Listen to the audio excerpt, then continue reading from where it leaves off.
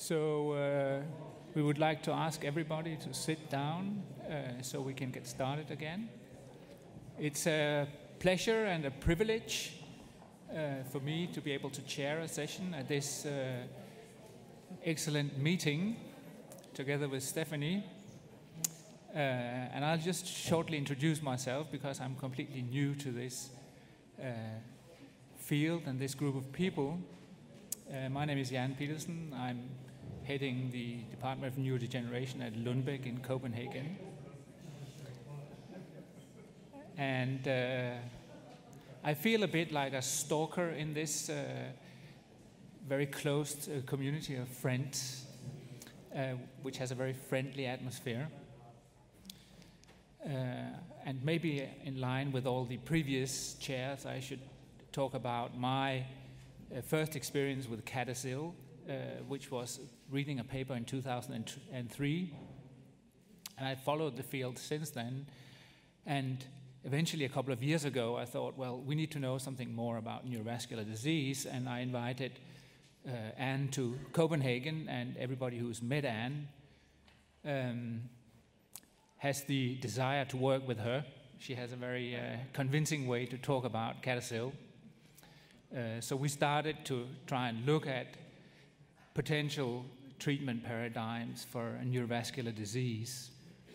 And we're not going to, we've only started this work, but maybe at the next meeting in 2033, that will be ready for prime time. And I think with those words, I'll let Stephanie introduce our first speaker. So it is an honor to introduce Professor Herve+Lasserve and Professor Dominique Herve, who make up a quite unique and highly productive team within the French National Reference Center for Rare Cerebrovascular Diseases. So the diagnostic and research genetic lab is being headed by Professor Herve+Lasserve, and Dr. Dominique Herve has been heading the clinic of the reference center for several years now and has been instrumental in orchestrating the link between the hospital and the research lab. So they will be talking about the novel hereditary forms of small artery disease of the brain. Please.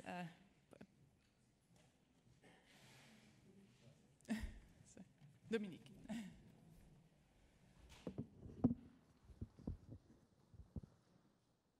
So thank you very much for this introduction.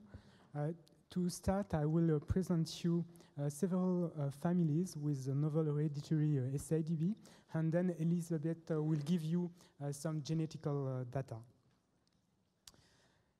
So Cadacil is the most common hereditary SIDB, and as Elizabeth told you yesterday, only 15% of patients referred for molecular screening of NOTCH3 are mutated. There are several other genetically characterized SIDB, such as Cadacil, hereditary amyloid angiopathies, COL4A1 angiopathy, HERNS, and RVCL. But except COL4A1, these genes are involved in only few families. There are also several non-genetically characterized SIDB, which has been published, such as PADMAL, the hereditary multi-infarct dementia of the Swedish type, and the French family originating from Portugal. And all these hereditary forms of SIDB have different clinical radiological manifestations. And SIDB is a highly heterogeneous group of diseases. And to illustrate this heterogeneity, this slide shows and compares PADMAL with the French family originating from Portugal. And both of them had an autosomal dominant inheritance pattern. NOTCH3 has been excluded, and there is no gum on skin biopsy. But clinical radiological patterns differ. In PADMAL, the clinical expression is more severe, with an age at onset between 29 and 50 years old, compared with the French family, with an age at onset between 41 and 18 years old. In PADMAL, the radiological pattern is characterized by a high frequency of pontin infarcts with only slight periventricular local encephalopathy, which is completely different than what was found in the French family. MRI patterns is characterized by extensive leukoencephalopathy with first involvement of juxtacortical white matter and hemispheric lacunar infarct with no or late pontin involvement. But in addition to hereditary SADB, which are already reported, there are numerous unpublished small families with no gene reported so far. And SADB is an expanding group of disease. And this is the reason why to pursue the dismantlement of hereditary SADB and to identify the genes involved in this condition, we conduct a study with the recruitment at the national level of families with at least 2 affected SADB patients, and we realized a detailed clinical radiological characterization of each family. This clinical radiological characterization is crucial to identify homogeneous family, because the heterogeneity is an opportunity to make this clinical radiological characterization, and we use high-throughput molecular genetic analysis. And we would like now to present you a part of the families that we recruited during the last years, and we choose 5 families with very different clinical radiological manifestation. In these first families, which is a large Caucasian family, we investigated 19 individuals and over 3 generations. You can see that the inheritance pattern is autosomal dominant, and there were 14 cases with white matter lesions, and on these 14 cases, 9 were totally asymptomatic and 5 were symptomatic. The first symptomatic patient was this woman who has an intracerebral hemorrhage at age 78. The second one had lacunar infarcts at age 65 and 77, but she had an history of hypertension and diabetes. This man had progressive cognitive impairment, leading to a dementia after 65, and following by gait disturbances, falls, and he finally died at 83, and we obtained an autopsy which confirmed that it was an autosomal, an Alzheimer's disease. And the remaining 2 symptomatic patients had only transient neurological symptoms at age 25 and 45. And the white matter abnormalities in this family are very stereotyped. As you can see on these 5 MRIs realized in patients at age 25, 43, 60, and 74, the white matter hyperintensities involve the juxtacortical, the deep and the periventricular white matter, the deep gray nuclei, the anterior part of temporal lobe, and the brainstem. And one of the main characteristics is the pontin involvement with hyperintensities even in the young subject. And another main feature is the absence of microbleeds or large hemorrhage and lacunar infarcts, except in the 2 patients I told you on the previous slide.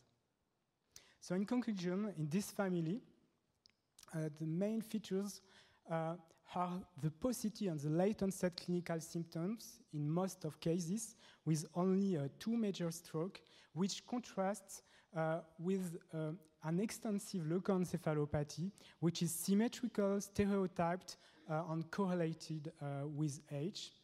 And one hallmark of the disease is the pontin hyperintensities, which occur even in young subjects. And there is no lacunar infarcts nor microbleeds.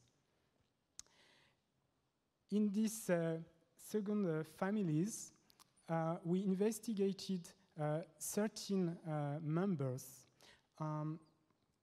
4 had white matter lesions, including 3 with clinical symptoms. With transient hemiparesis in 2 of them, following by an amnestic syndrome of hippocampal type. And the last one was a woman with an history of isolated amnestic syndrome of hippocampal type, and she had no motor deficit at age 71. Here are the MRI feature, and you can see that in 2 patients there is an extensive leukoencephalopathy, which involvement of the superficial, deep, and periventricular white matter, of the deep gray nuclei, and of the anterior part of temporal lobe.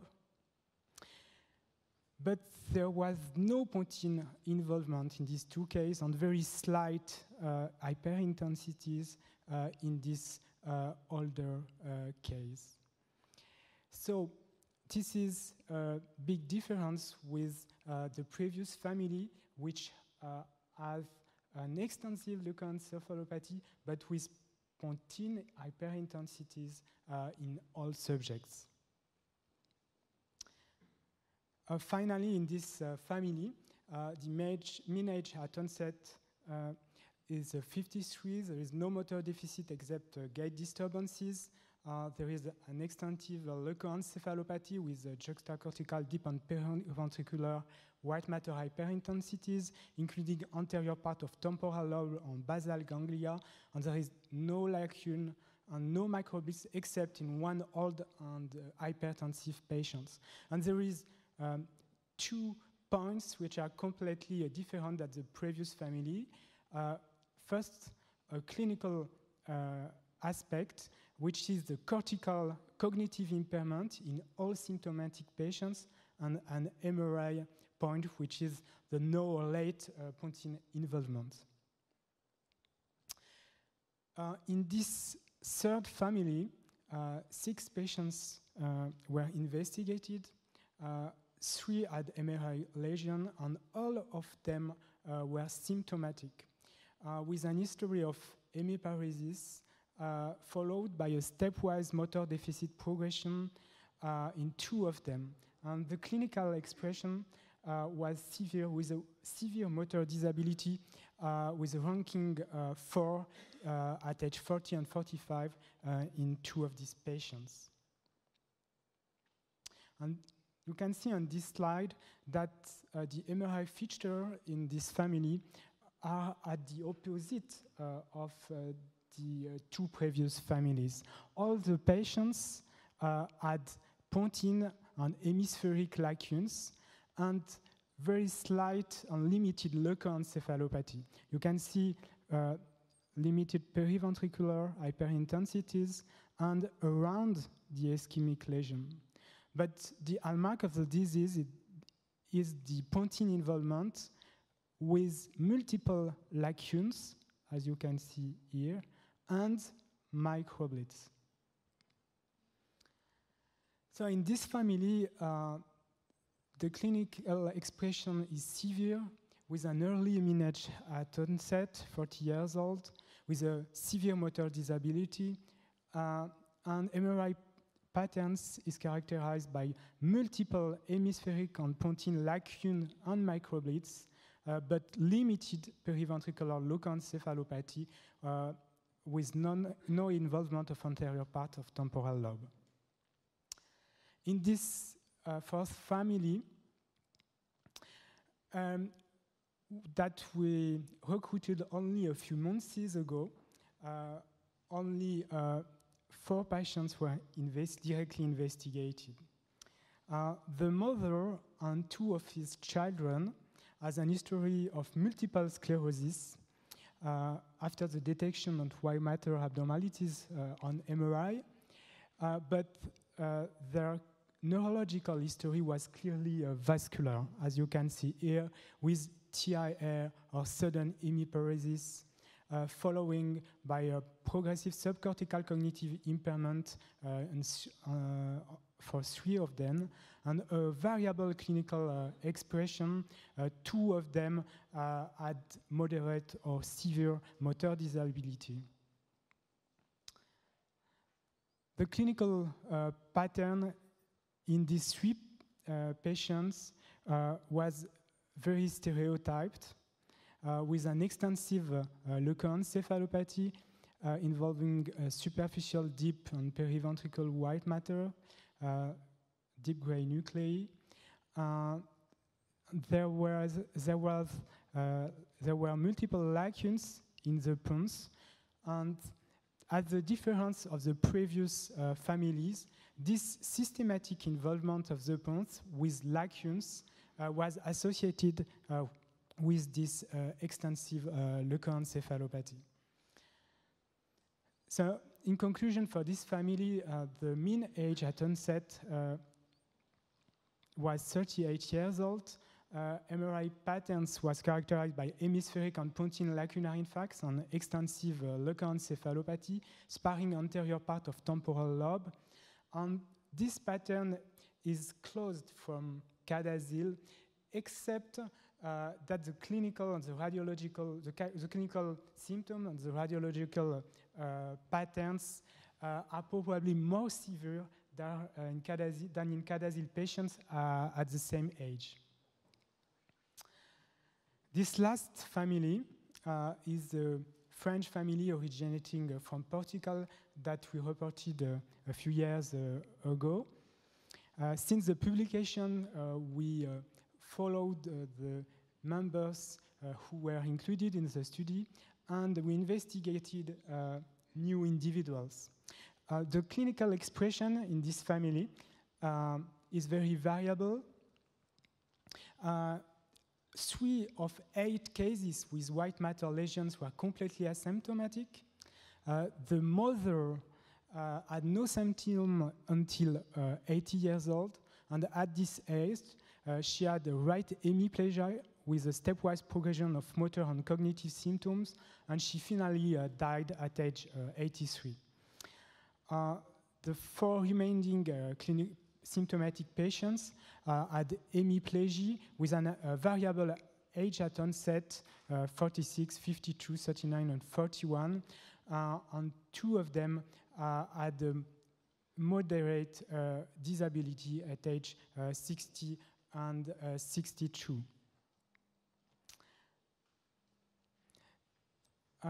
You can see on this slide the MRI features, which are characterized by a leukoencephalopathy with the first involvement of the... Could you switch the light, please? Thank you very much. With the first involvement of the juxtacortical white matter.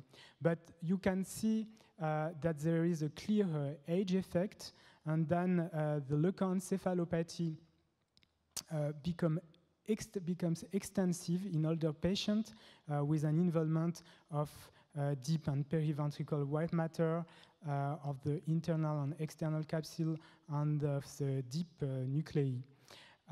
There is no involvement of the pons except in older patient, which is hypertensive. Another manifestation of the disease is lacunar infarcts, which also occur when the leukoencephalopathy is very limited, as in this patient, in this young patient. Another main feature is that we observed in this family that the intracranial arterial diameter was increased, as you can see on this internal carotid arteries. In this family, the age at onset was variable. The clinical expression was not severe in all affected subjects under 45, and the MRI patterns was leukoencephalopathy with first involvement of juxtacortical white matter, sparring anterior part of temporal lobe, and with hemispheric lacunar infarcts, but no or late pontine involvement.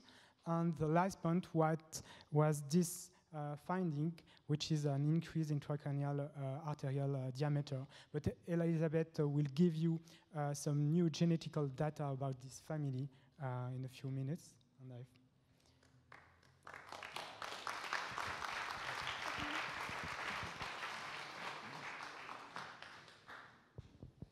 okay, so thank you, Herve. So I think that you've seen that it's not easy to group families. I mean, basically, there are differences, and so you will see that our strategy is to, characterize each of these families independently. So why to go further and why to identify the gene? That would provide a marker for sure.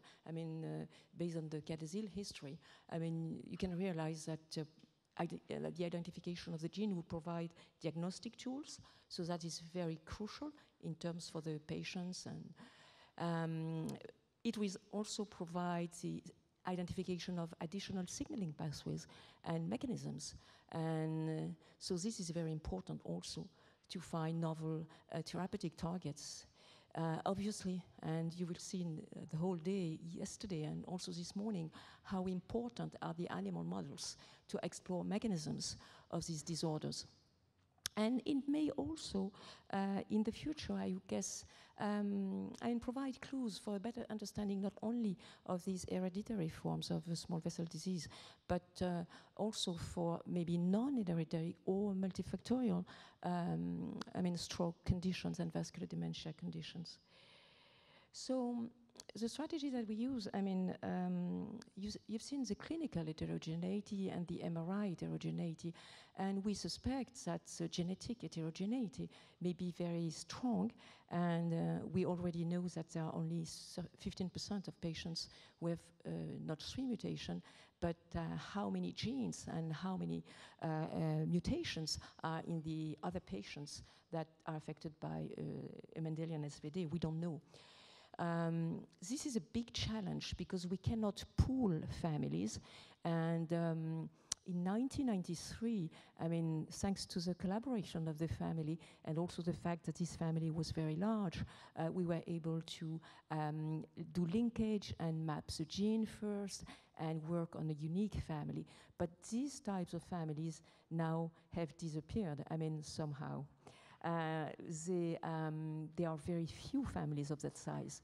And so we are dealing with small families. We are dealing with sporadic genetic cases.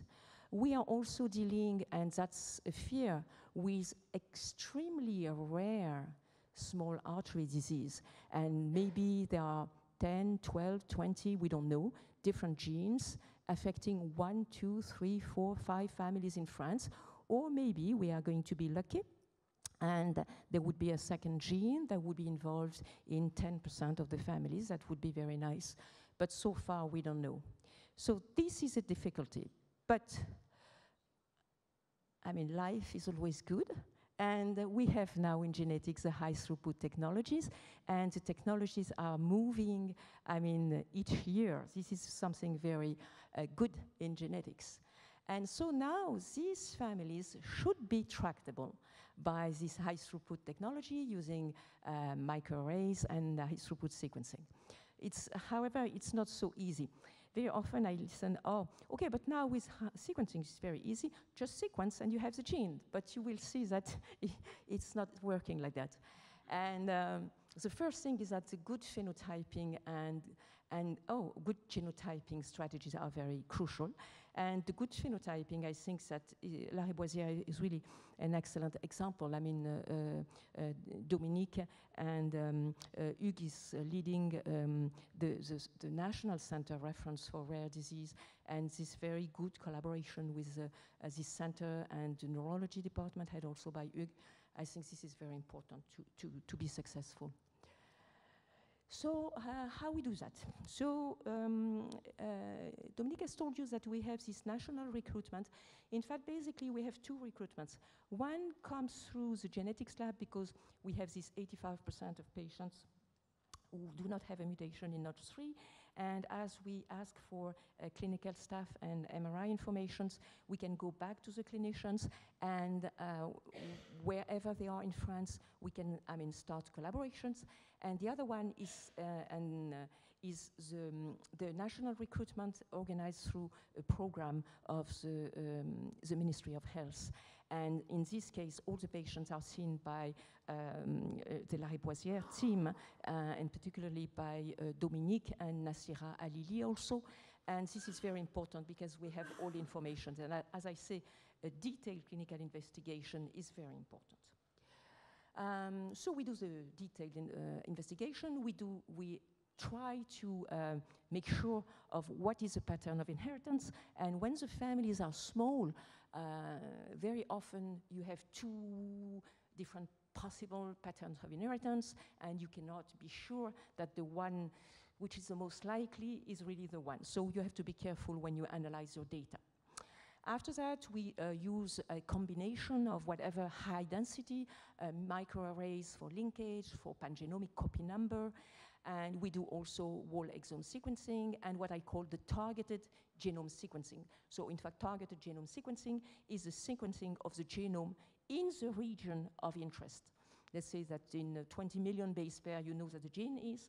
In fact, you can sequence the 20 base pair, not 20 base, but the 20 megabase. So where are we right now? We have 25 families under investigations, and 50 families will be checked by exome sequencing by the end of 2013. That doesn't mean that they are going to be analyzed. We have already 6 analyzed families, and we have already identified 2 genes, but it takes time to analyze. So I guess in 2014, we'll finish by the end of 2014 the analysis of the 50 families here. And so that's a strategy. And just today, to give you an example, I would like to show you, the identification of the gene in the family F5, the last one that Dominique showed you, and this family. So this family is quite a large family. By 2013, collect and analyze a family like that is sometimes rare. Quite rare. It takes a long time, and several people worked, and including me, on to collect this family. And but lucky enough, because this family is quite large, we have been able to map candidate regions on the genome. What we say when we say map candidate regions is to find out in which regions of the genome the gene could be. When we have the first CADASIL family, there was only one region because the family was very large, very informative. These families are less informative, so we have 3 regions in which the gene could be, and we have excluded the rest. And this was done, the first step was done at Centre National de Séquençage, and after that we refined with Françoise Bergametti in the lab and found that at the beginning there were 8 regions, and we ended up with 3 regions. And what we did is that we do the whole genome sequencing, not the whole genome sequencing, that's a mistake. We did the targeted sequencing of these 3 regions in 3 affected members.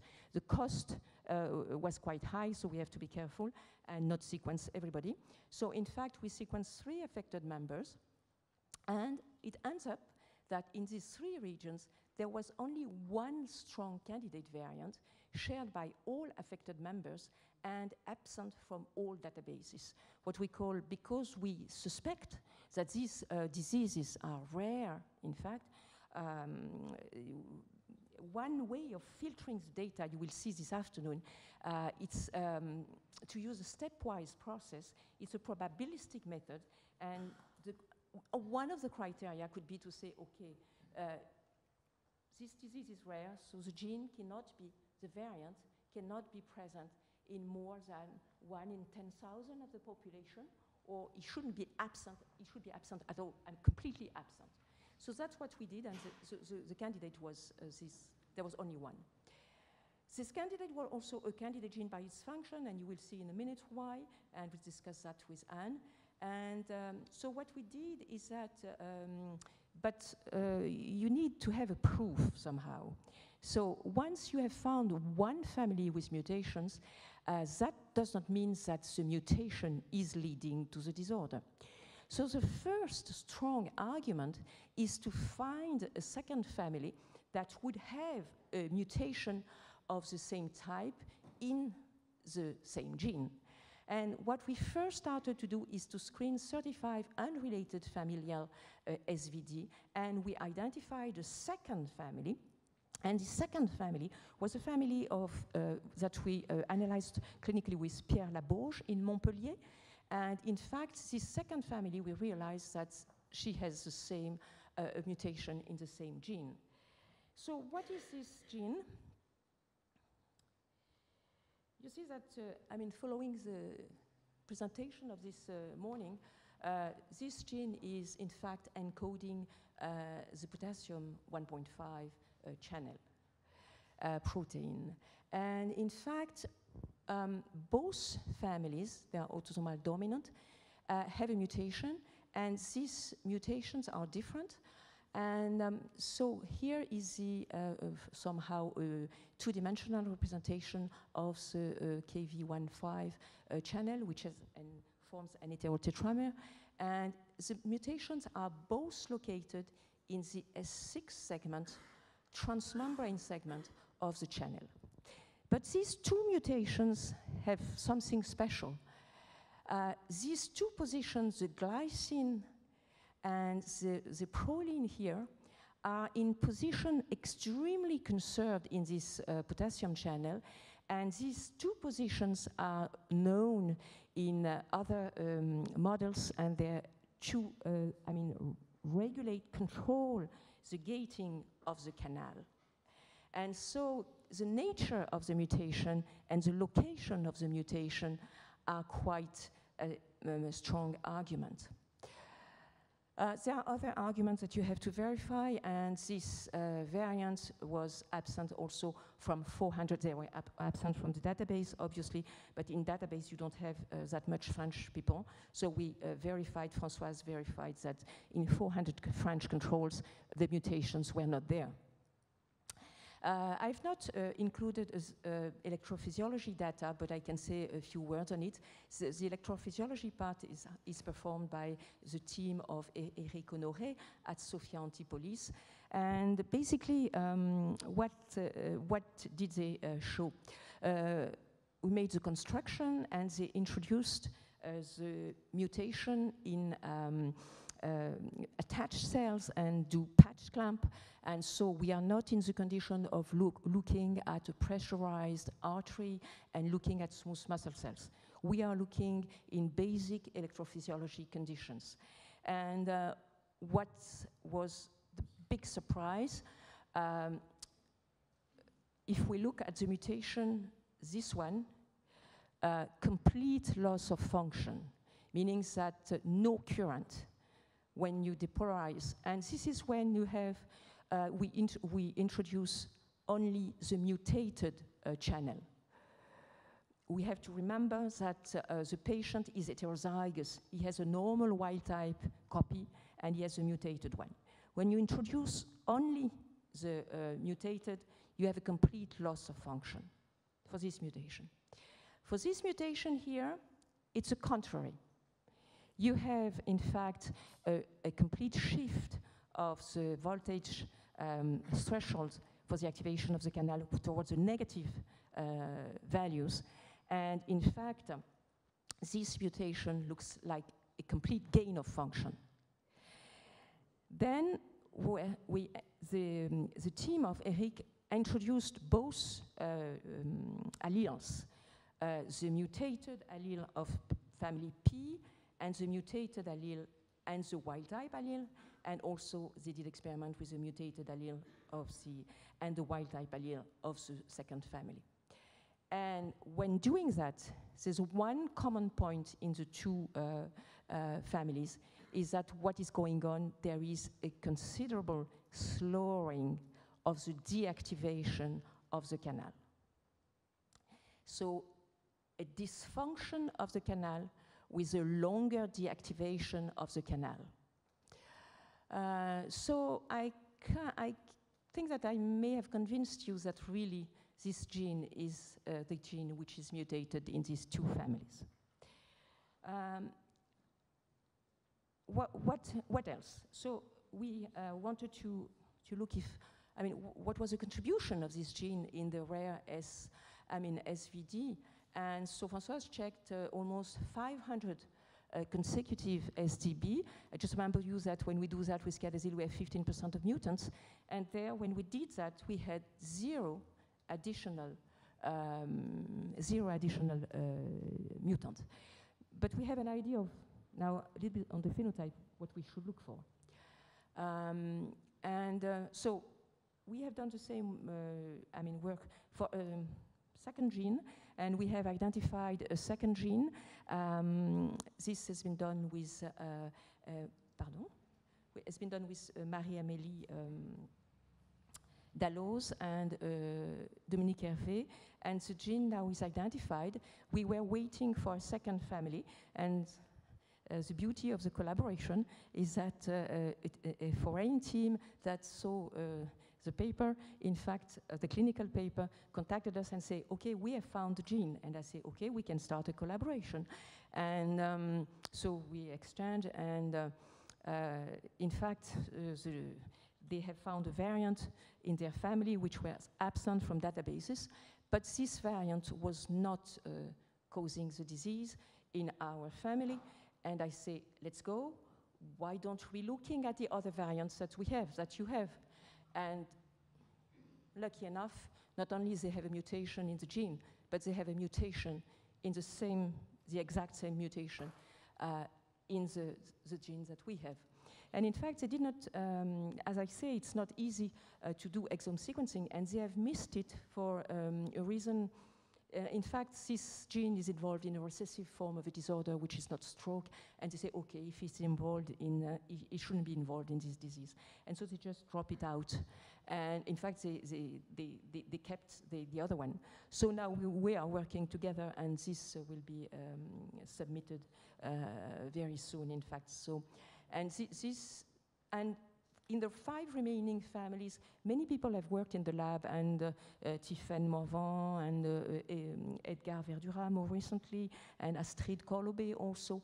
And we have identified in the 5 families that Dominique showed you, maybe a little bit more, we have identified the candidate variants. So now what we are going to do, you see we have more than 1 candidate variant, so we have now to sort out which one is a good one. So we are going to do a high-throughput sequencing of those candidate genes in 2 independent cohorts of 200 SVD patients with no mutation.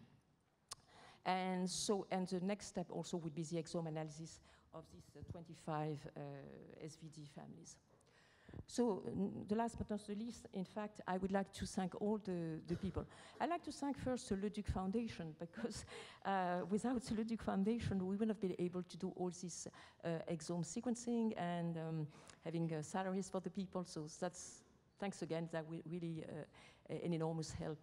And also, I mean, as I say, the National Center for Rare Disease, which is held by Hugues Chabria, and Dominique is instrumental. It's a pleasure. It's an everyday pleasure to work with Dominique and also with Nasira and the people of my lab also at the diagnostic lab, because we have to analyze all these patients, Edgar and Françoise, and also all, I have already cited the names.